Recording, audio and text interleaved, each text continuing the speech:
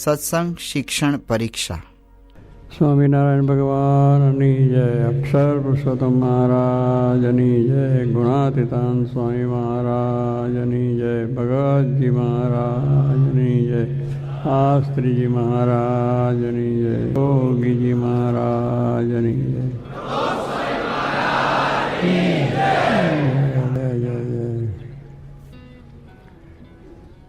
માનસ માત્રને પરીક્ષાની વાત આવે એટલે મારી પરીક્ષા લેવાના છે તો કોની લેવાય? કોની? સ્કૂલમાં બેઠો હોય એની જ પરીક્ષા લેવાય ને. તો એમાં એમ થાય કે મારી પરીક્ષા લેવાની છે. આપણે ભક્ત થયા છે તો ભક્તની પરીક્ષા તો એ લેવાય. ભગત બરોબર છે કે નહીં એ તો જોવું જ પડે ને. વ્યવહાર સંસારમાં કેટલી તકેદારી રાખીએ છીએ, ટાઈમ કેટલો બધો આપીએ છીએ, કેટલી બધી રીતની પ્રવૃત્તિઓ કરીએ છીએ, તો પણ આપણે કંટાળો નથી આવતો એમાંથી અભાવનો, અને એને માટે બધા જ રહીએ છીએ. પણ આવી એક જોગી મહારાજની આજ્ઞાથી આ પરીક્ષાનું આપણે શરૂ કરેલું છે. તો એમાં તો આપણે આપણું જ્ઞાન જે છે આત્મા પરમાત્માનું, અક્ષર પુરુષોત્તમનું, સંત મહિમાનું હમણાં વાંચે છે વિવેક સાગર, એટલે કેટલું બધું જ આવે છે. એટલે શું કે આપણે સત્સંગી છે, એટલે સત્સંગી દરેક વસ્તુ આપણી શું છે જાણવી જોઈએ. હવે મક્ષિકા કોરીઓ લેવા જાય ને મોખ આવી ગઈ, પહેલું જ કે આખું ભોજન ક્યાંથી જમાય, ઉલટી થાય કે બીજું. એમ પહેલો જ પ્રશ્ન આવ્યો કે ભુજના લાધીબાઈ કયા ગામનો? પ્રશ્ન બોલે છે પેલો સમજતો નથી, પેલો સમજતો નથી. બોલે છે પેલો ભુજના લાદીબા ક્યાં છે. હવે એની માટે જરાક જો આપણે થોડું જ્ઞાન હોય તો કહે કે ભુજનું નામ બોલાય છે એ જ ભુજના લાદીબા છે. વાત તો એ છે ને. પણ પેલું મનમાં આપણે વાંચ્યું ના હોય ને સમજ્યા ના હોય અને ડર ના રાખ્યો હોય તો આવું બધું થઈ જાય. એ બોલીએ છે છતાં પણ આપણને એનો પ્રશ્ન ઊભો થાય છે. નામ જ બોલે ભુજનો લાધીબા, એ બોલાય છે કે નહીં? પણ પછી પ્રશ્ન ક્યાં રહ્યો? ભુજનો લાધીબા એટલે ભુજનો જ છે. બીજું બધું તો પરીક્ષા આપ્યા વગરે જાણી ગયા તમે બધા. વેપાર કરવો, ધંધો કરવો, પૈસા કમાવો, એમાં કંઈ ભણતર નથી કર્યું તો પણ સારી રીતે આપણે જાણતા થઈ જાય. કારણ કે એ લૌકિક જ્ઞાન સહેજે આવી જાય. એની બહુ પુરુષાર્થ બહુ કરવો પડે છે, પણ બહુ નહીં. વ્યવહારનું કામકાજ બીજું ત્રીજું થઈ જાય. મોટા ભણેલા છે એ રહી જાય છે, નથી ભણેલા કરોડ ધંધો ચલાવે છે. પોતાના ઘરમાં બેસીને ધંધો આખો ચાલે જબરજસ્ત. ચિંતા નહીં, વ્રથા નહીં, ઓફિસ નહીં, નોકર નહીં, ચાકર નહીં, પેન નહીં, કશું જ નહીં. છતાં કરે છે અમારું દાડિયા. પેલો રાજી થાય છે જોડે, એને સાબાસ આપે છે કે વાહ ધન્યવાદ. કોઈ એને ક્યાં છે ઓફિસ કીધું કંઈ, અને એટલી બધી એ નથી, પણ છતાં એમાં ભગવાનની દયાથી આવડી જાય સમજીને. તો આ પણ આવડી જાય. પેલું એમ આપણે જાણ્યું કે આપણને આવડી જ જાય છે તો આ વસ્તુ આવી જાય. થોડુંક વાંચવાનું ને થોડુંક પછી લખવાનું થાય ને બધું સત્સંગમાં આવીએ એટલે સત્સંગમાંથી બધા વસ્તુઓ આપણે સમજી પણ શકાય. અને વાંચન કરીએ એટલે થયા જ. સ્કૂલોમાં ભણે છે તો લોકો કેટલી બધી યાદ રાખે છે, મોટી પરીક્ષાઓ આપે છે. તો એની અંદર પણ આવી મોટી મોટી ડિગ્રીઓ પણ મેળવે છે. સાયન્ટિસ્ટ થાય ને કેટલું બધું વાંચવું પડે, કેટલું યાદ રાખવું પડે. પણ એમાં સ્વાર્થ છે. પૈસા મળવાના છે, આબરૂ મળવાની છે, પ્રતિષ્ઠા થવાની. આમાં શું આબરૂ પ્રતિષ્ઠા? કહો તમે ભગત થયા, એવું જ બોલેલો. ભગત થયા એમાં શું ખોટું? ભગત થયા છે ખોટું. પેલી ડિગ્રીનો આનંદ થાય ને આ ડિગ્રી માટે ભગત. લોકો આપણને ભગત કે સારું નહીં. ભગત તો આપણે સારું છે, ભગત થયા તો ભગવાન રાજી થઈ જાય. પહેલાંમાં તો કોઈ રાજી, શું દુનિયા રાજી થાય? દુનિયા રાજી થાય શું શીખવા મળ્યો? આ તો ભક્તિ કરીએ, સત્સંગ કરીએ, મોટા પુરુષ રાજી થાય તો અક્ષરધામની પ્રાપ્તિ થઈ જાય. જે કોટી કલ્પે આપણને ના પ્રાપ્ત થાય એ આવા સત્સંગથી, આવા મોટા પુરુષના રાજીપાથી, ભગવાનની ભક્તિ કરવા, પ્રસન્નતાથી આપણું કામ થઈ જાય. પણ એની અંદર શ્રદ્ધા નથી, વિશ્વાસ નથી. પહેલાંમાં શ્રદ્ધા વિશ્વાસ છે એટલે મહેનત રાત દિવસ કરીએ. જ્યાં બધું જવું હોય ત્યાં સુધી બધા જઈએ, ફરીએ હરીએ, બધું એને માટે મેળવવા માટે. કારણ કે એમાં આપણને છે મળવાનું છે. સ્વાર્થની રીતે મળવા છે, બીજું કંઈ બીજું નથી. જ્યારે આ વસ્તુ છે આપણા માટે અગત્યની છે કે જે મનુષ્ય શરીર જે ધારણ કર્યું છે એનો હેતુ જ એટલો છે કે ભગવાને શરીર આપ્યું છે એટલું કરવા માટે. શરીરથી વ્યવહાર છે, ગ્રસ્ત છે એટલે ગ્રસ્તને બધા કામકાજ કરવા પડે, વ્યવહાર ચલાવવો પડે, બધું સાચી વાત છે. અને એ બધું કરવામાં જેટલી શ્રદ્ધા છે દેહના સુખ માટે, વિશ્વાસ પણ છે કે એમાંથી લાભ થવાનો છે, આપણે સારી ડિગ્રીઓ પણ થવાની છે, એવો જેવો વિશ્વાસ છે એટલો જ વિશ્વાસ તો તમને ભગવાન આ કાર્યમાં આવે, આ જ્ઞાન મેળવવાની અંદર, ભક્તિ કરવાની અંદર, વિચાર કરવામાં, તો સહેજે બેડો પાર થઈ જાય. પણ શ્રદ્ધા નથી, વિશ્વાસ નથી કે વાંચે તો શું એમાં. અને શાસ્ત્રોને છે કે એના થોથા વાંચે શું થવાનું, આવા બોલે લોકો થોથા કે એટલે ભાઈ ભાગવત ગીતા ઉપનિષદ વચનામૃત શિક્ષાપત્રી કેટલા સરસ ભાગે. આપણે આ શુદ્ધિ થાય છે, અંતઃકરણની શુદ્ધિ થાય, ઇન્દ્રિયોની શુદ્ધિ થાય, જ્ઞાન થાય, જે આત્મા અને પરમાત્માનું જ્ઞાન, જેને માટે ઋષિઓ હજારો વર્ષોથી તપ કર્યું અને જ્ઞાન પ્રાપ્ત કર્યું, સાધનાઓ કરીને આ જ્ઞાન કર્યું છે, ભગવાન છે અને ભગવાનની ભક્તિ કરવાથી એનું આ ફળ પ્રાપ્ત થાય છે, એ બધું લખેલું છે. એટલે એક તો શાસ્ત્રોમાં વિશ્વાસ ના આવે, મંદિરમાં વિશ્વાસ ના આવે કે ત્યાં જઈને ઊભા રહીએ છીએ, શું કંઈ ઠાકોરજી બોલતા છે નહીં અને કંઈ કહેતા નથી કે આજે સટ્ટો માર તો કરોડ રૂપિયા આવી છે, એવી વાતય નથી કરતા. કારણ આ લોકોની ઈચ્છા બહુ હોય આપણને, ત્યાં ઠાકોરજી આગળ પણ એવા સંકલ્પ, મોક્ષ મારો ગણો છે, કલ્યાણ માગો છે, ભગવાન અમારું કલ્યાણ કરે, અમારું બધું બસ એનું જ આવી જાય. ભગવાન જો રાજી થાય તો આપણને આ લોકને પરલોકનું બેય મળે છે. પણ એ પછી શ્રદ્ધા નહીં, વિશ્વાસ નહીં કે લખી જવું પણ કંઈ થતું નથી, થાય છે પણ મનાતું નથી, થાય બસ થાય છે પણ પેલું આપણને એવું લાગ્યા કરે. એટલે એ પણ વિશ્વાસ છે કે ભાઈ આપણે ભક્તિ સત્સંગ કરીએ છીએ તો થાય છે. જેમ પેલાનું થાય, પેલા જગતનું થાય છે તો આ કેમ ન થાય, એ થાય છે. પેલું જેમ વાંચીએ છીએ જરા એ કરીએ તો મહેનત કરીએ તો એમાંથી ફળ ન મળે છે. આ પણ જો થોડુંક મહેનત તો કરવી જ પડે દરેકમાં, અમુક આમાં તો પણ એ થઈ જાય. અને ભગત મહારાજને પણ કહ્યું છે કે ભગવાનનો રાજીપો થાય તો આ લોક, એટલે આ લોકનો જે આપણો વ્યવહાર, સંસાર, જે કંઈ તમે દેશ પરદેશની વાત કરો એ પણ કાર્ય થાય છે. કારણ ભગવાને બુદ્ધિ આપી છે, એનાથી જ બધું આપણે કરીએ છીએ. પણ એ ખબર નથી કે આ બુદ્ધિ મને ભગવાને આપી છે, આ તો હું મારી રીતે તૈયાર થયો છે, આપણી રીતે કોઈ તૈયાર થયું નથી. માતાના ઉદરમાં પણ ભગવાને આપણે કામ કર્યું છે. અહીંયા હાથ પગને કંઈક ઓછા કારીગર બેડા, હુથાર, લુહાર, જ્વાર, આગળ આમાં થાય, આ થાય, આંખ થાય, કાન થાય, એક ઘડતર ક્યાંથી કર્યું, કોને કર્યું? કંઈ હુથાર, લવાર કંઈ લઈ ગયા હતા મિસ્ત્રી, તો પણ કેટલા સરસ આકાર બનાવ્યો છે. એ ભગવાને જ અંદર આપણી રચના કરી છે. અને રચના કરીને પછી જન્મ આપ્યો, અને જન્મ આપીને એમને શું આદેશ આપ્યો કે આપણે તમે મોક્ષ આનાથી પ્રાપ્ત કરો, વ્યવહાર પણ કરો અને મોક્ષ પ્રાપ્ત કરો. તો એ રીતે જો કરીએ તો બધા ભક્તો થઈ ગયા, એમને બધા એ પણ કર્યું છે. પણ મુખ્ય પ્રધાન રાખીને, સત્સંગ પ્રધાન રાખીને, શાસ્ત્રો પ્રધાન રાખીને, એ જેટલું આપણે જાણીએ એટલી અંતરમાં શાંતિ રહે. શાસ્ત્રોનું જે જ્ઞાન છે, ભગવાનની જેટલી ભક્તિ કરીએ એટલું બધું આપણને શાંતિ અને સુખ પ્રાપ્ત થાય એવી વસ્તુ છે. પણ એમાંથી જે અખંડ અવિનાશી જે કંઈક આપણી પ્રાપ્તિ થાય અવિનાશી, તો એને માટે દાખલો નથી ને. જેમાં અવિનાશી નથી એમાં દાખલો જ કરીએ છીએ. ગુણાતાન સ્વામી એક વાત કરી કે જ્યાંથી ઉચાળા ભરવા છે, શું જ્યાંથી ઉચાળા ભરવા છે એને માટે ઉદ્યમ. રાત દિવસ બધા મંડ્યા છે, અહીંથી ઉચાળા ભરવાના છે કે નહીં? આ દેહ છે અહીં રહેવાનો છે, અચાનક ઉપડશે. ટેલિફોન નહીં આવે, તારીખ નહીં આવે, વાર નહીં આવે, ક્યારે જશે એની ખબર જ નથી. મૂળ વીણાનું ઢોકળું ઢળેગા કબને કરેગા, આનું મૂળ નથી. ઝાડ છે ને તો મૂળ છે તો જાણીએ ભાઈ વર્ષો સુધી રહે છે, આટલા વર્ષ છે, ખ્યાલ આપણને મૂળ છે એનાથી રહે છે. મૂળને આધારે જ એ એવી રીતે આ શરીરનું મૂળ નથી. ક્યારે પડી જાય ખબર? ચાલતા હાલતા રમતા વાત કરતા, ખાતા પીતા, ગમે તે પ્લેનમાં બેઠા હોય કે પછી ગમે તે ત્યાંય પડી જાય, ફેલ થઈ જાય. લો આજે આપણો પૂનમભાઈ ભગત, આપણા મહાન સંત ભક્તરાજ ગયા, હાર્ટ એટેકમાં ચાલ્યા ગયા. આપણે ગમે એટલું કરીએ છીએ વિચાર, પણ એ હાર્ટ એટેક ક્યારે આવવાનો છે કંઈ તારીખ નથી આવતો કે હું આ સમય આવતો તો આપણે એનો ઉપાય કરીએ. પણ એ આપણે આવી જ જાય છે ને ભોગવી લે છે ને જતા રહે છે ને જતા ગયા જ પડે. તો જો કોઈ એ બધું છે. પણ એની અંદર સ્વામી કહે છે કે આપણે આવો ક્ષણિક દેહ છે, નાશવંત દેહ છે, તો તેનાથી અવિનાશી ફળ લેવું જોઈએ.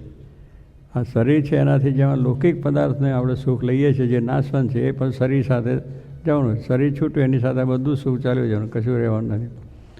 તો એવું એ નાશવંત શરીર છે, તો એનાથી પણ અવિનાશી ફળ, એટલે ભગવાનની ભક્તિ, સત્સંગ, બીજું ત્રીજું કરી ભગવાનના ધામમાં જવાય એવું ફળ આપણે આનાથી લેવાનું. આ જ શરીર છે, એનાથી આ સુખ આ કાર્ય થઈ શકે અને પેલું કરી શકે. એટલે ભગવાનની ભક્તિને સત્સંગને કરવાથી આપણને આ લોકની અંદર પણ આપણે શાંતિ સુખ રહી શકે. જ્ઞાન વગર તો શાંતિ થતી નથી. જ્ઞાન હોય, સમજણ હોય તો પણ સુખ્યા રહેવાય, પણ એ જ્ઞાન ના હોય તો સુખ્યા ના થાય. ગુણાતાન સ્વામી એક બહુ સુંદર વાત કરી.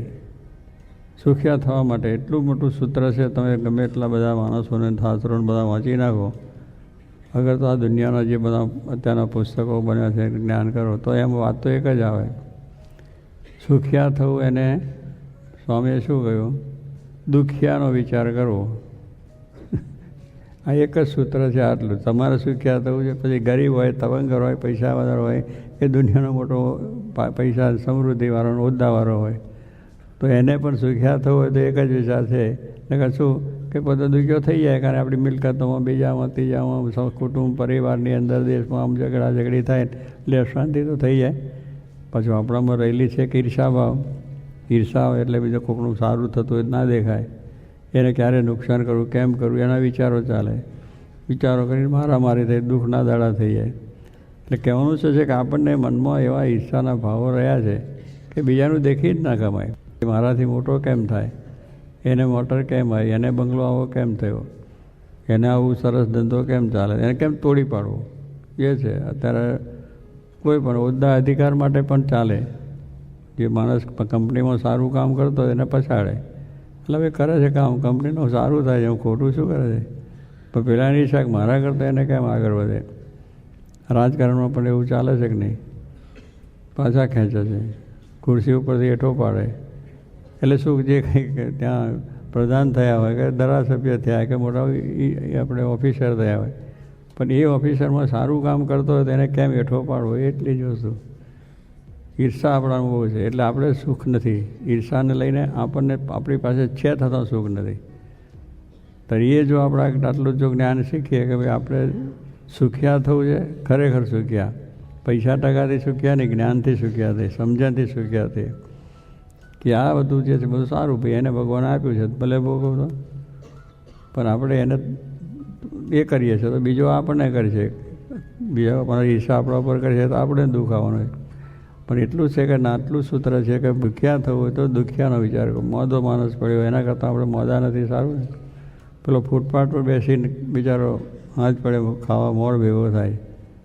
ભૂખ્યો માણસ છે અને મોદો માણસ છે, પણ ફૂટપાથ પડ્યો છે અને કોઈ દવા દારૂનું કશું જ નથી. પણ એ જો ભૂખ્યો માણસ છે કે દુખ્યો છે, જો એ પણ ભગવાનને રામ રામ કરે ને માગે તો એને હાથ પડે તો માગે. પછી ભગવાન પાસે દયાળુ છે, થોડું મારું નામ લો તો તમારું કામ થઈ જાય. એટલે કહેવાનું શું કે આ પ્રમાણે ભગવાન એટલા દયાળુ છે કે આપણું બધી ખબર રાખે છે કે મારે કે ભૂખ્યા ઉઠાડી પણ ભૂખ્યા ખવાડતા, અમારું ખેતર ભૂખ્યા હોય પણ હાજે હોય તો કંઈ પણ જમી કરીને સારી રીતે આપણે રહીએ. એટલા માટે છે કે સ્વામી કહે બીજાનું સારું દેખવું આપણે. બસ જે કંઈ માણસ છે એમાં સારા ગુણ છે એ જોવા તો આપણામાં સારા આવશે. બીજાનું દુઃખ છે એને માટે આપણે સારી પ્રાર્થના કરવી તો આપણું દુઃખ પણ જાય. બીજાને સુખ્યા તમે જુઓ તો આપણે પણ સુખ્યા થવાય. એટલે બીજાના સુખમાં આપણું સુખ, એનો વિચાર જ કરવાનો, બીજું કંઈ લેવા દેવાનું કંઈ નથી, આપી દેવાનું કશું નથી. વિચાર કરો એ તારે માટે બહુ સારામાં સારો પોઈન્ટ સારામાં કે બીજા સુખ્યા થવાનું હું સુખ્યા, એટલે એને પોઈન્ટ મળી જાય એટલે એને બીજું. પણ કહેવાનું શું છે કે આમ બીજાનું સારું જેટલું ઈચ્છો એ સારું શાંત થાય, અને એને ઈર્ષા રાખીને તમે તકરાર કર્યા કરો તો મોટો ઝઘડો થાય. પણ સારું છે ભાઈ, જોગી મહારાજને તમે કોઈ પણ માણસ હોય ગમે તે હોય તો સ્વામી કે બહુ સારા છે, આ તો મુક્ત છે. જોગી બાપા ક્યારે મુક્ત હોય, આવો બધું ખોટું કરતો આડો ચાલતો હોય ને કશું ઠેકાનું ના સત્સંગ ના કરતો હોય તો એ સ્વામી કે બહુ સારા માણસ છે, બહુ સારા જ માણસ કે ગમે તે હોય તોય પણ એમના મનમાં કોઈ માણસ ખોટો જ નથી, કારણ કે દરેકમાં ભગવાન જુએ છે. જોગી મહારાજ દરેકમાં જ્યાં જોઈએ ત્યાં રામજી, આ દરેક બેઠા માણસો છે, દુનિયાના બધા માણસો છે, એટલે એના મનમાં દ્રષ્ટિ જ કેટલી છે, એમની દ્રષ્ટિ જ એવી છે કે સારી છે તો બધાને સારા જ દેખે. કોઈને ખરાબ દેખે નહીં, કોઈ લૂલો લંગડો છે એ ના જોઈએ, બહુ સારા છે એની માટે બોલી નાખે. બહુ મુક્ત છે પાછા કે હવે મુક્તની તો કોઈ સ્થિતિ ના હોય ને કંઈ જાણતો ને કે ભુજના શું કહ્યું? હા તો એમ બોલો ને, કોઈ બોલતા નથી એટલે હું તો વિચારમાં પડી ગયો કે હા એટલે હમણાં તો વાત થઈ છે પણ કોઈ ઉકારો કરવો જોઈએ ને એવું કોઈ એટલામાં ભૂલી જઈએ છે આપણે. ભુજના લાદી પાસે આવી વાત છે પણ કેવું કહ્યું એવું થઈએ આપણે કે સરળમાં સરળ વાત છે તો પણ આપણે નથી. એમ સ્વામી કહે છે આવું સારું જ્ઞાનની વાત તરત ભૂલાય છે પણ આ જગતનું જ્ઞાન, જગતની વાત, જગતના વાતો બધી દુનિયા માત્રનું તમે અત્યારે કહો નાના છોકરાઓ છે પણ આજે જાણે. કારણ ટીવી છે બધું એમ બધા થયા છે બધું દુનિયાનું સમાચાર મળી જાય. પણ આ મંદિર કે ભુજ ન જે લાદીમાં કયા કામના છે એમાં ગૂંચવાઈ ગયા. હા તો બોલે છે એ જ વસ્તુ છે પણ પેલું દુનિયાનો તમે પ્રશ્ન કરો તો નાના છોકરાને તમને જવાબ આપી દે ભટ્ટ લઈને કે આવું છે ને આ છે ને અહીં છે ને આ થયું.